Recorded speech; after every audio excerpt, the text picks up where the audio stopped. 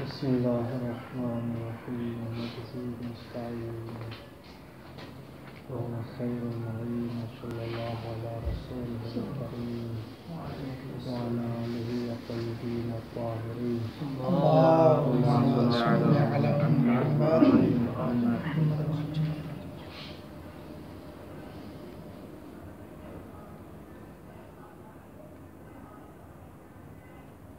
کہاں سے ہے اذا هذا اذا لم يكن هناك اصل موضوعي آخر مثبت لقبوله التزكية كما اذا شك مثلا في ان الجدل في الحيوان هل يوجب ارتفاع قابليته لها ام لا فأصالة قبوله لها معه محكمة ومعها لا مجال لأصالة عدم تحققها فهو قبل الجلل كان يطهر ويحل بالفرع بسائر شرائطها فالأصل أنه كذلك بعد. بحث ہماری تھی تنبیہات میں. پہلی تنبیہ کا فقط ایک ہی نقطہ تھا کہ اصالت برات ہم تب جاری کریں گے کہ اس سے پہلے کوئی اصل موضوعی جاری نہ ہوتا. اس ضمن میں مصنف نے کیا 5 فروعات کو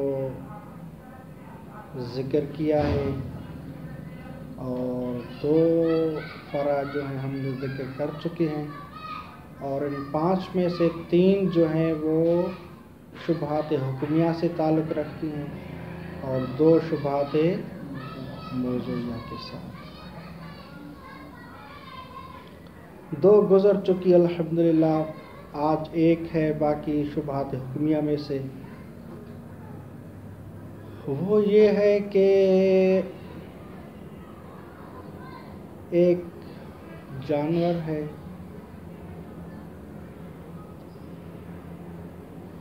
حلال ہے جانور، مثلا بکری لے لیں یا کوئی حلال جانور آپ رکھ لیں. اس کی جفتگی ہوئی ہے بلکہ وہ موتوا واقع ہوا ہے. حلال جانور جفتگی نہیں، موتوا واقع ہوا ہے. اور یا وہ جلل ہے. ٹھیک، جلال تو آپ جانتے ہیں جو مثلا نجاست خور جانور بن جائے. تو ہر ایک میں مدت میعاد مختلف ہے، 3 دن ہے، فلاں ہے، یہ ساری آپ جان چکے ہیں. اب یہ ہے کہ یہ مثلا گائے ہے یا بکری ہے، اب اس نے نجاست کھانا شروع کی ہے تو یہ یقیناً ہمیں معلوم ہو گیا کہ یہ جلال ہے. اب ہم حکم شرعی میں بحث کرتے ہیں کہ کیا ایک حلال جانور اگر جلال بن جائے تو جلالیت سے پہلے تو وہ تو پاک اور طاہر ہے، اس میں کوئی حرج نہیں ہے. لیکن آیا یہ جلالیت اس کے تزکیہ کو منع کرتا ہے، اس کے لیے مانع ہے یا اس کے لیے مانع نہیں؟ تو یہاں کہتے ہیں کہ ہم مستقیماً اصالت اباحہ یا اصالت حلیت جاری نہیں کریں گے، بلکہ اس سے پہلے کیا ہے، ایک استصحاب جاری ہوگا. استصحاب یہ ہے کہ جلل سے پہلے، نجاست کھانے سے پہلے وہ قابل تزکیہ تھا، تو اسی قابل تزکیہ کو ہم کیا استصحاب کے طور پر لے آئیں گے کہ ابھی بھی قابل تزکیہ ہے. لہذا ابھی اس کو اگر شروط شریعہ کے ساتھ ذبح کیا جائے گا کہ وہ پھر حلال ہوگا. ٹھیک، یہاں بحث ہے کہ تھوڑی سی جو کل آگاہ نے اشارہ کیا تھا اور اس کا تعلق آج کی فرع سے تھا، وہ یہ کہ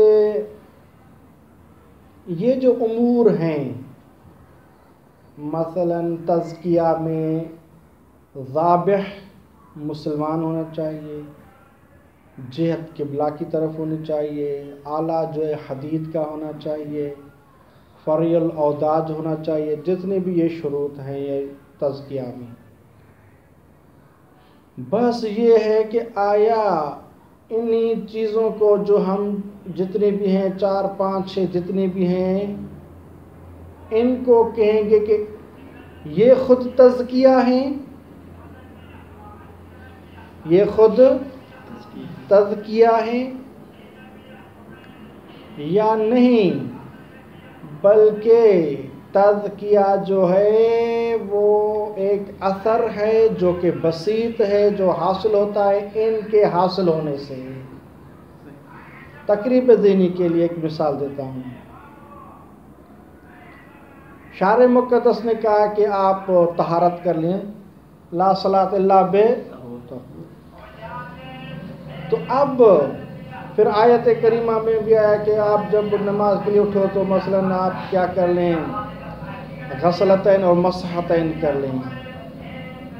تو طہارت کس چیز کا نام ہے؟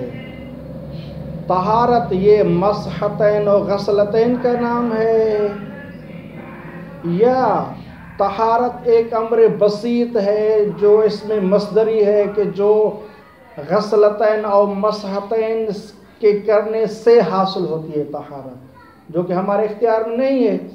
وہ شارع مقدس کیا ہے، فقط ہمیں ایک سبب پر کیا ہے، ہمیں قادر کیا ہے کہ ہم غسلتین اور مسحتین کر سکتے ہیں، باقی جو طہارت ہے امر بسیط ہے، ایک حادث ہے، وہ اس پر مترتب ہوگی۔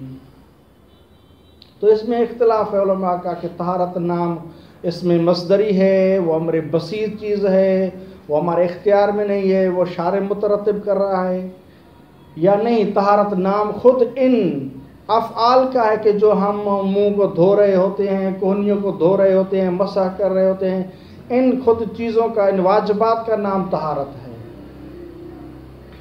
تو ہاکذا فیما ننفی میں بھی یہی بحث ہے کہ یہ جو چیزیں ہم شارع مقدس نے کہا کہ ذابح مسلمان ہونا چاہیے، آلہ فلاں ہونا چاہیے، رخ فلاں کی طرف ہونا چاہیے، یہ ہونی چاہیے، آیا ان چیزوں سے یعنی یہ اجزاء اور شرائط خود تزکیہ ہیں، جس طرح کہ مثلا غسلتین اور مسحتین خود ایک نظریے کے مطابق یہی طہارت ہے، ہاکذا کہ یہی چیزیں جو ذابح کا مسلم ہونا ہے، حدید کا آلہ ہونا ہے، یہ ساری چیزیں یہ خود تزکیہ ہیں یا نہیں، بلکہ جس طرح مثلا وہ طہارت غسلتین اور مسحتین کے بعد حاصل ہوتی ہے ایک نظریے کے بنا پر، تو پھر وہ امر بسیط بن جاتا ہے، وہ ان سے حاصل شدہ ہے۔ جیسے یہ امور متحقق ہوں گی تو اس کے بعد وہ طہارت حاصل ہوگی۔ وہاکذا فیما ننفی میں بھی اگر مثلا یہ ساری چیزیں متحقق ہوں گی تو بعد میں اسے تزکیہ کا نام دیا جائے گا، تزکیہ ایک امر بسیط وہ حاصل ہوگا۔ کیا ربط ہے اس کا ہماری بحث سے؟ کہتے ہیں کہ وہ اس وجہ سے ہے کہ استصحاب کے 2 قسم ہیں۔ استصحاب کیا ہے؟ ایک تنجیزی ہے، ایک تعلیقی ہے۔ تنجیزی یعنی بالفعل ابھی ابھی آپ جاری کریں، اور تعلیقی کیا ہے؟ آپ ایک اگری اسے کہتے ہیں، یعنی اگر ہم اس کو جلالت سے پہلے استصحاب کرتے تو ہم جاری کر سکتے، لیکن اسی استصحاب کو اگر ہم ابھی یعنی لے آتے ہیں اور ثابت کرتے ہیں۔ اس کی تھوڑی وضاحت اس طرح ہے کہ یہ جو ہے جانور ہمارے مثلا ایک کلی بحث کرتے ہیں، کیونکہ خارجی مصداق کی تو بحث ہے ہی نہیں، ٹھیک، کہ جانور کیا ہے، اس نے ابھی نجاست خور نہیں ہوا، تو عام سا جانور ہے، قابل تزکیہ بھی ہے، اب اس نے جلالت کھا لی، مثلا جلالت کے بعد اب ذابح مسلم ہے، اعلیٰ حدید کا ہے، فلاں ہے، ٹھیک، ساری چیزیں، اب ایک چیز رہتی ہے، ایک چیز میں شک ہو رہا ہے، ساری چیزیں بالوجدان ہم محسوس کر رہے ہیں کہ مسلم کو ہم دیکھ رہے ہیں، حدید کا آلہ دیکھ رہے ہیں، ٹھیک، فرع الاوداج دیکھ رہے ہیں، ہر چیز وجدانی ہے، لیکن ایک چیز میں شک ہے، وہ یہ ہے کہ آیا یہ قابل تزکیہ ہے یا نہیں ہے، کیونکہ جلالت کی وجہ سے ہو سکتا ہے جلالت اس کے لیے معنی بن رہی ہو. ٹھیک، تو جلالت، اب شک ہے کہ جلالت معنی ہے، جلالت معنی نہیں ہے، شک ہے. تو ہم کہتے ہیں کہ ہم استصحاب کرتے ہیں کہ جلالت سے پہلے وہ قابل تزکیہ تھا یا نہیں تھا؟ قابل تزکیہ تھا. تو چونکہ جلالت کے آنے کے بعد ہمیں شک ہو رہا ہے، جلالت سے پہلے بالیقین یعنی یقین سابق تام ہے، قضیہ متیقنہ ہے کہ قابل تزکیہ تھا. اب شک کے بعد ہم اسی یقین سابق کو گھسیٹ کے کھینچ کے لے آئیں گے کہ پہلے قابل تزکیہ تھا، ابھی بھی قابل تزکیہ ہے. تو فرض کرتے ہیں کہ 5 پورے اجزاء و شرائط مل کے تزکیہ کو تحقق دیتے ہیں. تو ہمارے پاس 4 شروط اور 4 اجزاء کہیں کہ سب متوفر اور موجود تھیں. ایک ہی چیز رہتی تھی قابل تزکیہ ہونا، اور اسی کو ہم نے کیا ہے استصحاب کے ذریعے سے ثابت کر دیا.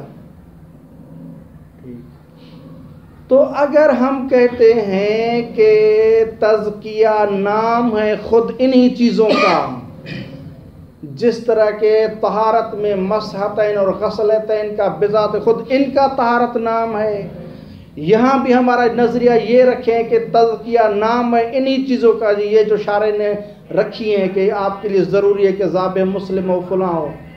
تو پھر تو یعنی ایک چیز رہتی تھی، اسی کو بھی ہم نے استصحاب کر کے ثابت کر دیا. تو گویا کہ ہمارا کیا ہے، جو چیزیں چاہیے تھی سب مکمل ہو گئیں. اب تزکیہ متحقق ہو گیا. تزکیہ کیا ہوگا؟ متحقق ہو گیا. یہ اس بنا پر تزکیہ متحقق ہو گیا کہ جو کہتے ہیں کہ تزکیہ انہی چیزوں کا نام ہے. لیکن اگر ہم دوسرا قول اپناتے ہیں کہ تزکیہ نام ہے امر بسیط کا، ایک اس میں مصدری ہے جو ان چیزوں جیسے یہ چیزیں منعقد ہوں گی حاصل ہوں گی اس کے بعد وہ امر بسیط متحقق ہوگا. اگر یہ نظریہ اپنائیں تو پھر یہ جو ہم نے استصحاب کیا کہ جلالت سے پہلے وہ قابل تزکیہ تھا، ابھی بھی ہم نے اس قبول تزکیہ کو ثابت کرتے ہیں. تو پھر السلام علیکم ورحمۃ اللہ، پھر کیا ہے، تزکیہ متحقق نہیں ہوگا. کیوں متحقق نہیں ہوگا؟ وہ اس وجہ سے کہ ہمارا نظریہ ہے کہ تزکیہ ایک امر بسیط ہے. ہم نے استصحاب کیا ہے کہ جلالت سے پہلے قابل تزکیہ تھا، ٹھیک، اور اس قابل تزکیہ کو ہم نے ثابت کر دیا. فرض یہ ہے کہ ہماری 4 چیزیں پہلے سے ثابت شدہ ہیں، ایک چیز میں شک تھا کہ وہ قابل تزکیہ ہے یا نہیں ہے، اس کو ہم نے استصحاب کے ساتھ لے آیا کہ قابل تزکیہ تھا، ابھی بھی قابل تزکیہ لے آئے. قابل تزکیہ کے ثابت کرنے سے کیا حاصل ہوگا؟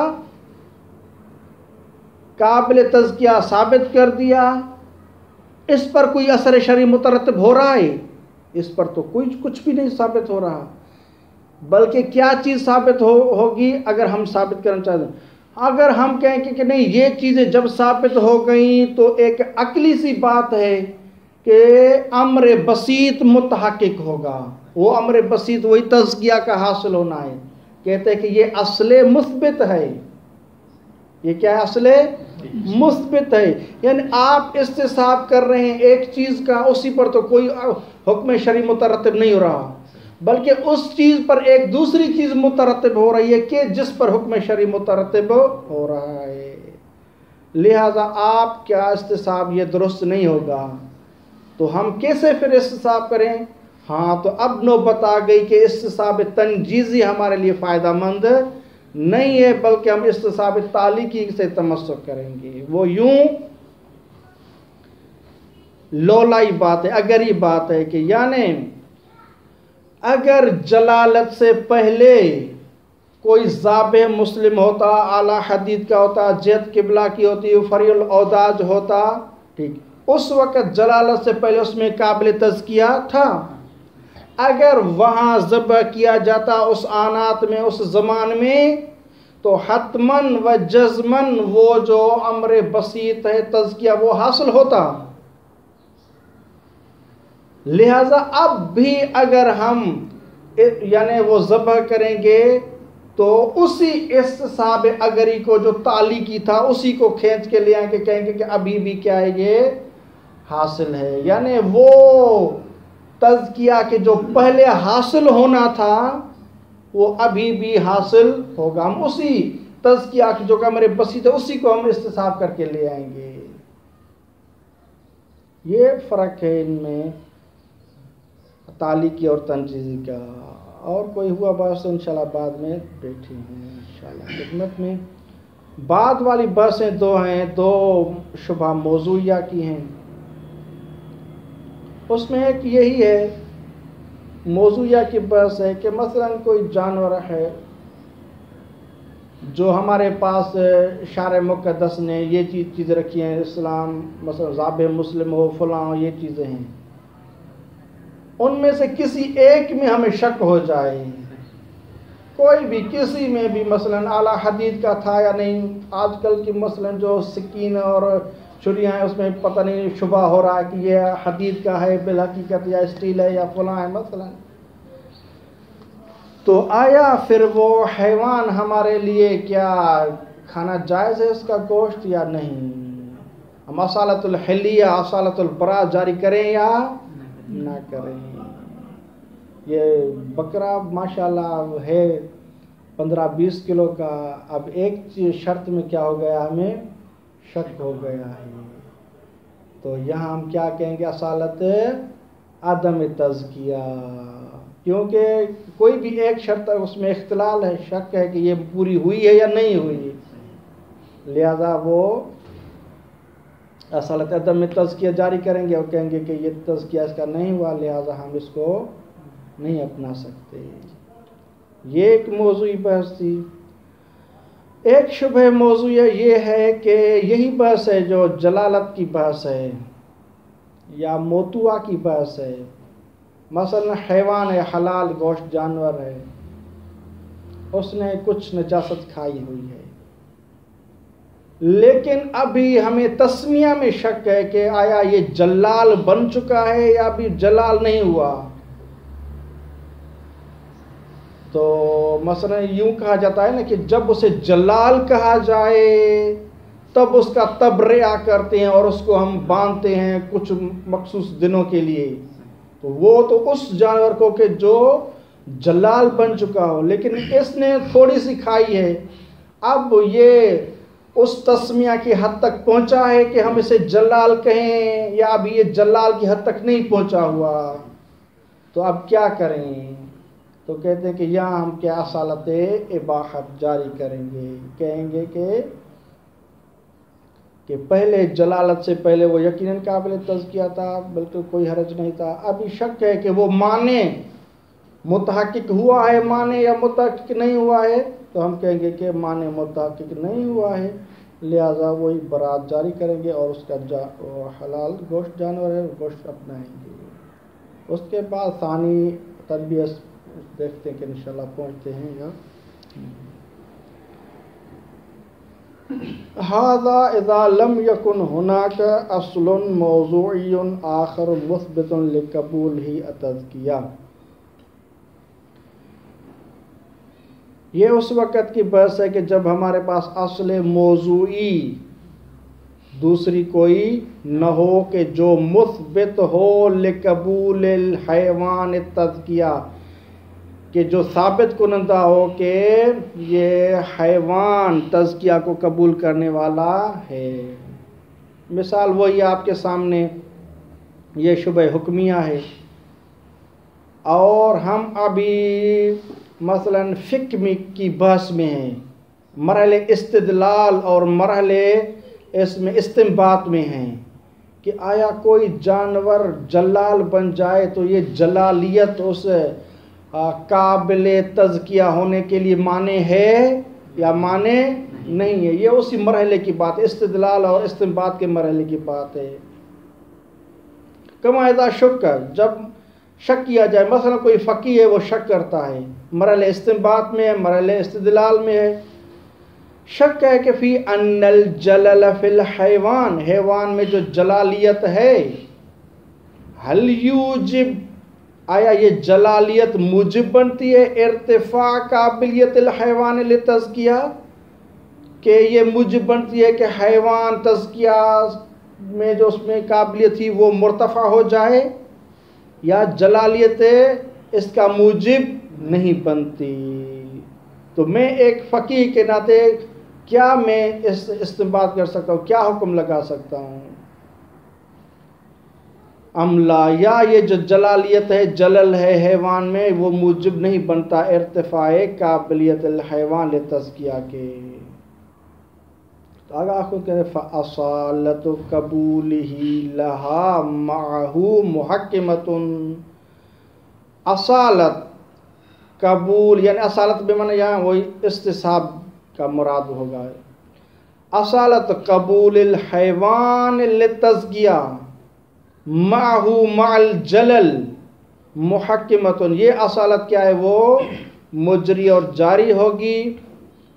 وَمَعَهَا مَعَ هَذِهِ الْأَصَالَةِ، اس اصالت کے ہوتے ہوئے کہ جو ہم نے جاری کی کہ اصالت یہ ہے کہ یہ حیوان تزکیہ کو قبول کرنے والا ہے، لہذا ہم اسی استصحاب کو لے آتے ہیں اور ثابت کرتے ہیں کہ یہ حیوان اب بھی قابل تزکیہ ہے.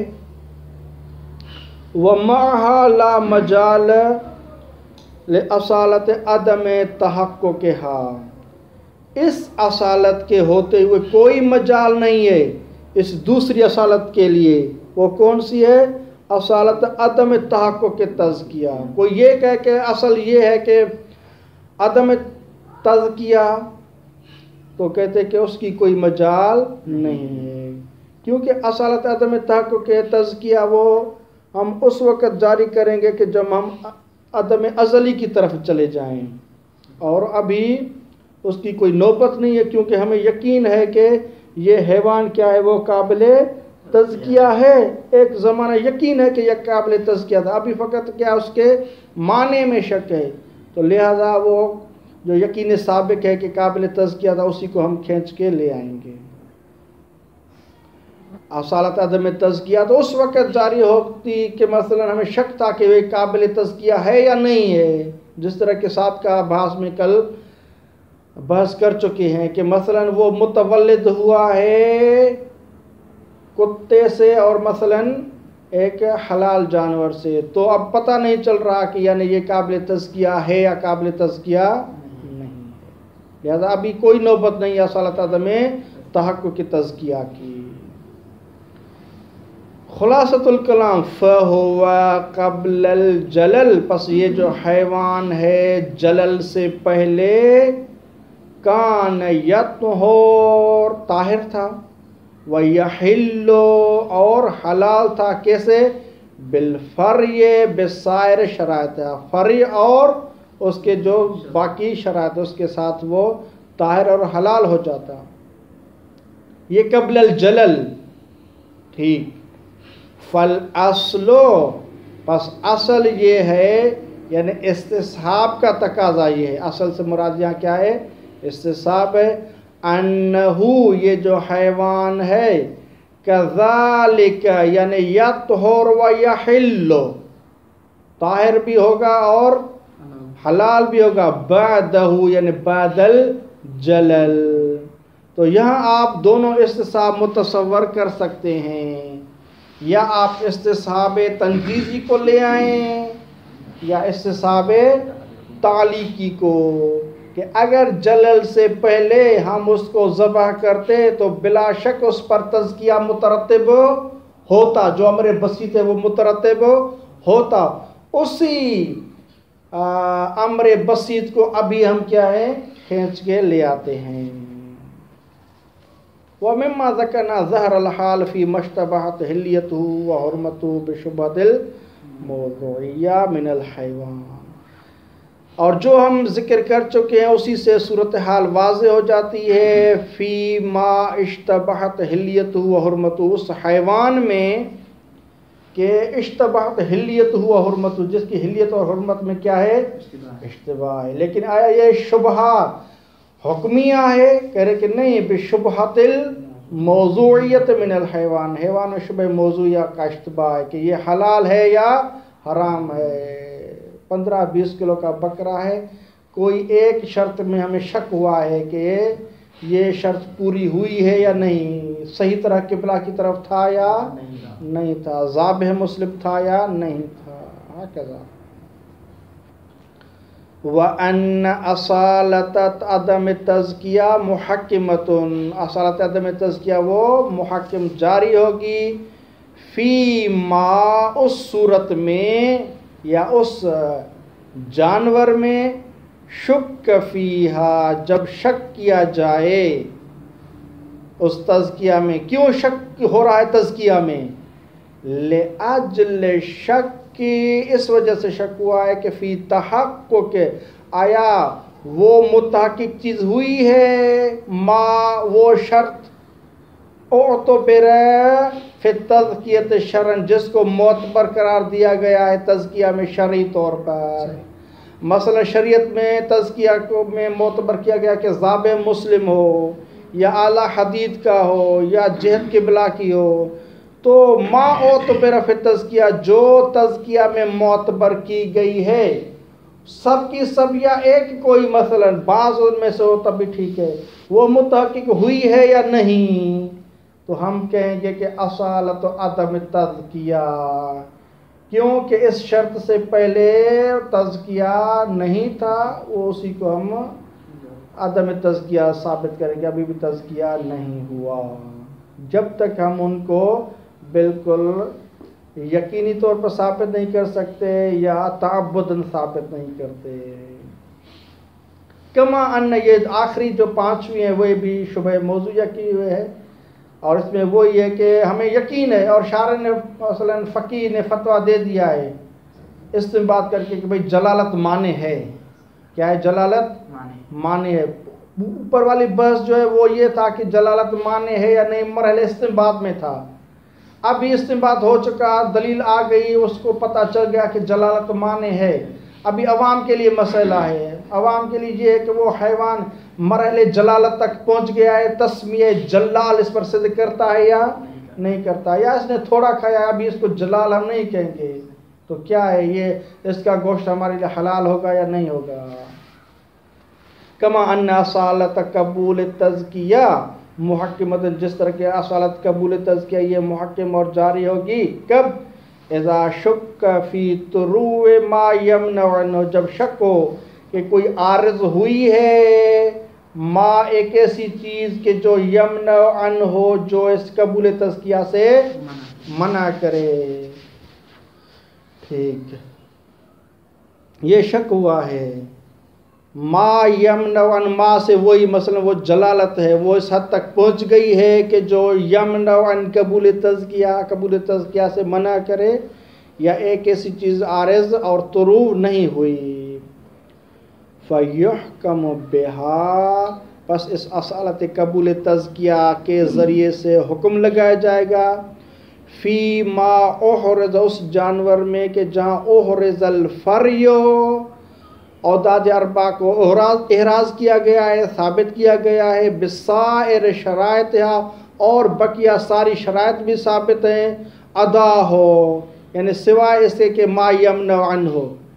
ٹھیک، اس کے علاوہ سب چیزیں ہیں، یعنی اس کو ہم نے وہ جلالیت اس کو ثابت نہیں کیا، ٹھیک ہے، کیونکہ شک ہو رہا تھا۔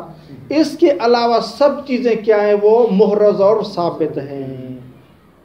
اگر یہ ما یمنع عنہ جو کہ مانیت، اگر یہی احراز ہو جاتی اور ثابت ہو جاتی، پھر تو ہم استعمال نہ کرتے، پھر تو وہ حلال نہ ہوتا، لیکن اس کے علاوہ باقی سب چیزیں موجود ہیں۔ کما لا یخفی، یہ وہی ہوگا کہ ہم جس طرح کہتے ہیں کہ استثناء منقطع کہیں آپ، یعنی ایک ادا ہو، ایسا نہیں کہ وہ بھی مثلاً اس شرائط میں سے تھا، نہیں، یہ اور چیز ہے اس میں سے. کمال آیا فتعمل جیداً.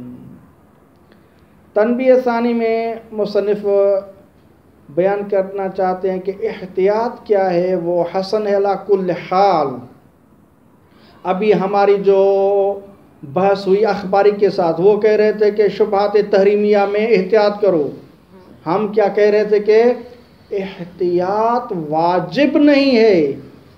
اب اس تنبیہ میں یہ بیان کرنا چاہتے ہیں کہ ہم نے واجب ہونے کا انکار کیا ہے. وَإِلَّا اگر کوئی اپنی طرف سے احتیاط کرنا چاہے تو احتیاط حسن ہے. ہم نے حسن احتیاط کا کبھی انکار نہیں کیا. شبہات تحریمیہ میں اگر کوئی تجنب کرتا ہے اپنی طرف سے تو کوئی حرج نہیں، لیکن آپ کا اور ہمارا یہی تھا کہ وہ کہہ رہے تھے کہ واجب ہے احتیاط، ہم کہہ رہے ہیں کہ واجب نہیں ہے. اور اگر کوئی مثلا شبہات تحریمیہ میں یا شبہات وجوبیہ میں فلاں اگر کوئی احتیاط کرتا ہے تو وہ اس کے لیے باعث ثواب ہے. بحث اصل میں پھر یہ ہوگی کہ ایک مسئلہ ہے الامر دائر بین الوجوب و غیر الاستحباب.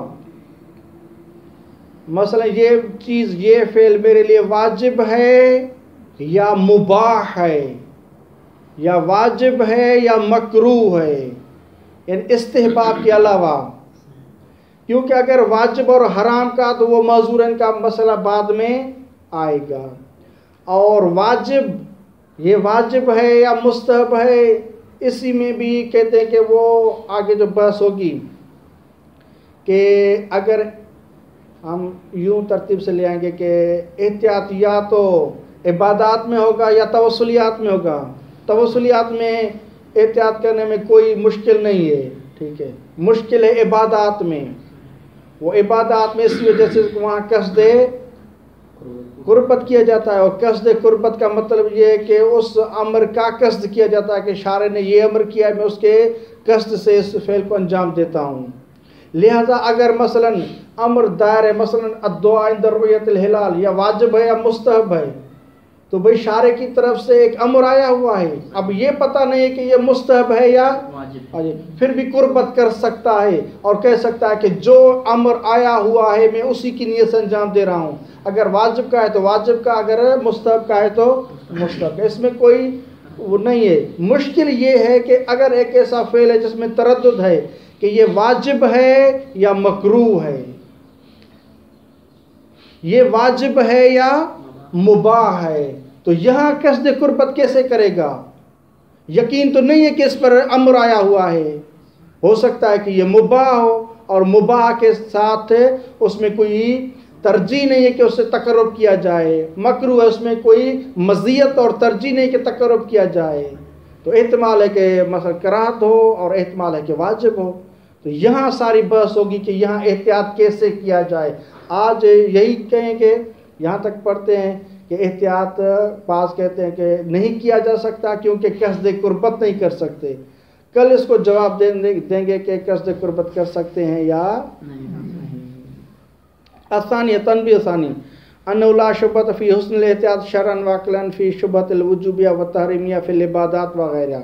اس میں کوئی شک و شبہ نہیں ہے کہ احتیاط حسن ہے، شرعی طور پر بھی، عقلی طور پر بھی، چاہے وہ شبہ وجوبیہ ہو، تحریمیہ ہو، چاہے وہ عبادات میں ہو یا توسلیات میں ہو، غیر عبادات. کما لا ینبغی الارتیاب، اور اس میں بھی ارتیاب اور شک نہیں کرنا چاہیے فی استحقاق کے ثواب کے، وہ شخص مستحق ثواب ہے، فی ما اذا احتاط، جب اس نے احتیاط کیا ہے، وہ عطا اور اس کو انجام دیا ہے، او ترک یا ترک کیا ہے، بدعی احتمال الامر او النہی، اس انگیزے اور اس بنیاد پر کہ اس کو احتمال امر تھا تو اس کو انجام دیا، اور احتمال نہیں تھا تو اس کو ترک کیا. وربما یشکل، اصل بس یہاں سے ہے، ربما یشکل، بس اوقات اشکال کیا جاتا ہے کہ فی جریان الاحتیاط، کہ احتیاط کیسے جاری ہوگا فی العبادات میں. کب؟ عند دوران الامر بین الوجوب و غیر الاستحباب، جب امر دائر ہو وجوب اور غیر استحباب میں. وہاں مشکل نہیں ہے کہ امر دائر ہو وجوب اور استحباب میں، نہیں، وہاں مشکل نہیں ہے. مشکل یہاں ہے کہ بین الوجوب و غیر الاستحباب ہو، ٹھیک، تو یہاں کیسے قصد قربت کریں؟ کیسا اشکال ہے یہاں؟ من اس کو بیان کرے کہ اشکال یہ ہے، من جہت ان العبادت، وہ اس وجہ سے کہ جو عبادت ہے لا بد فیہا من نیت القربہ، عبادت میں ضروری ہے نیت القربت ہو، اور یہ نیت قربت جو ہے المتوقفت علی العلم بامر شارع تفصیلا و اجمالا، کہ ہمیں علم ہو کہ شارع نے امر کیا ہے، وہ علم تفصیلی ہو، جس طرح کہ ہم یومیہ نماز صبح کی پڑھتے ہیں، ہمیں یقین اور علم ہے کہ شارع مقدس نے 2 رکعت صبح کے لیے امر کیا ہے، تو یہ ہمیں علم ہے کہ شارع نے امر کیا ہے، علم بتفصیل ہے، یا علم اجمالی ہو، ٹھیک ہے، پھر بھی ہے، مثلا شارع مقدس نے ایک امر کہا کہ ادعو عند رؤیت الہلال، تو ہمیں یقین ہے مثلا کہ شارع نے امر کیا ہے، لیکن وہ امر آیا استحبابی ہے یا وجوبی ہے؟ اجمالاً تو ہے کہ شارع نے امر کیا ہوا ہے، پھر بھی ہم کیا ہیں، وہ ایک اجمالی طور پر بھی معلوم تو ہے کہ شارع نے امر کیا ہے، تو پھر بھی کوئی حرج نہیں، ہم قصد قربت کر سکتے ہیں۔